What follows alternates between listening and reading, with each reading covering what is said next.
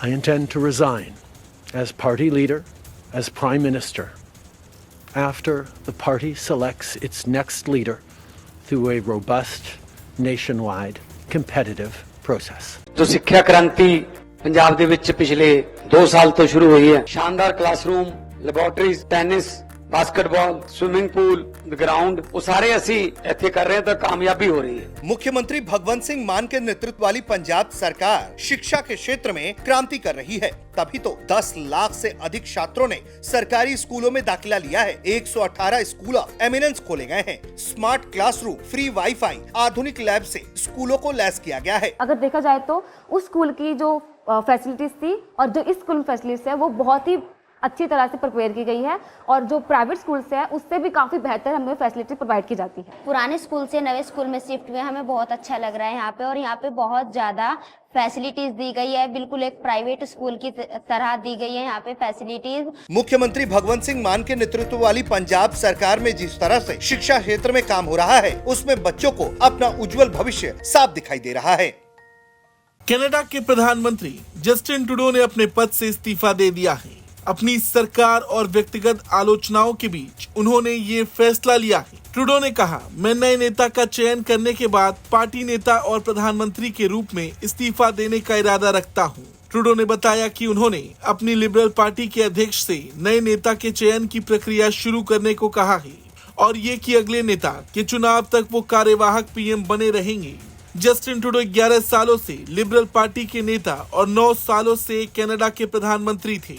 वो Donald Trump की terror धमकियों से लेकर प्रमुख मंत्रियों के इस्तीफे और जनमत सर्वेक्षणों तक कई संकट का सामना कर रहे थे। 53 वर्षीय जस्टिन ट्रूडो ने कहा कि संसद की कार्यवाही 24 मार्च तक स्थगित रहेगी। ट्रूडो ने ओटावा में एक प्रेस कॉन्फ्रेंस में कहा, ये देश अगले चुनाव में एक वास्तविक विकल्प का हकदार है और ये मेरे लिए स्पष्ट हो गया है कि अगर मुझे आंतरिक लड़ाई लड़नी पड़ रही है तो मैं उस चुनाव में सबसे अच्छा विकल्प नहीं हो सकता। I intend to resign as party leader, as Prime Minister, after the party selects its next leader through a robust, nationwide, competitive process. Last night I asked the President of the Liberal Party to begin that process.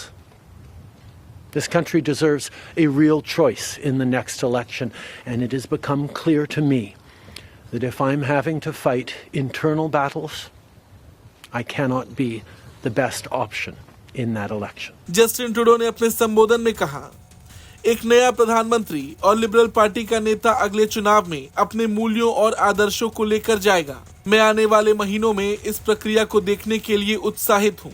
Justin Trudeau ने अपने संबोधन में कहा, सच तो ये है कि इस पर काम करने की तमाम कोशिशों के बावजूद संसद महीनों से पैरालाइज्ड बना हुआ है। मसलन वो विपक्षी सांसदों के हंगामे की तरफ इशारा कर रहे थे, जहां लगातार उनके इस्तीफे की मांग उठ रही थी। जस्टिन ट्रूडो ने बताया कि उन्होंने गवर्नर से मुलाकात की और उन्हें अपनी अगली योजना के बारे में बताया था। उन्होंने संबोधन में कहा, आज ही सुबह मैंने गवर्नर जनरल को सलाह दी कि हमें संसद का नया सत्र बुलाने की जरूरत है। उन्होंने इस अनुरोध को स्वीकार कर लिया और अब सदन 24 मार्च तक स्थगित रहेगा। आपको बता दें, कनाडाई संसद की कार्यवाही 27 जनवरी को फिर से शुरू होनी थी और विपक्षी दल सरकार को जल्द से जल्द गिराने की कोशिश में थी। मसलन विपक्षी पार्टियां ट्रूडो की लिबरल पार्टी की सरकार के खिलाफ अविश्वास प्रस्ताव लाने वाली थी, लेकिन अगर संसद 24 मार्च तक स्थगित रहता है तो विपक्षी पार्टियां मई महीने तक संसद में अविश्वास प्रस्ताव ला सकती हैं। कनाडा में सभी 3 मुख्य विपक्षी दलों ने कहा है कि मार्च के अंत में जब संसद दोबारा शुरू होगी तो वो अविश्वास प्रस्ताव के जरिए लिबरल पार्टी को गिराने की योजना बना रही हैं, जबकि अक्टूबर महीने तक कनाडा में आम चुनाव हो सकते हैं। ब्यूरो रिपोर्ट, भारत तक।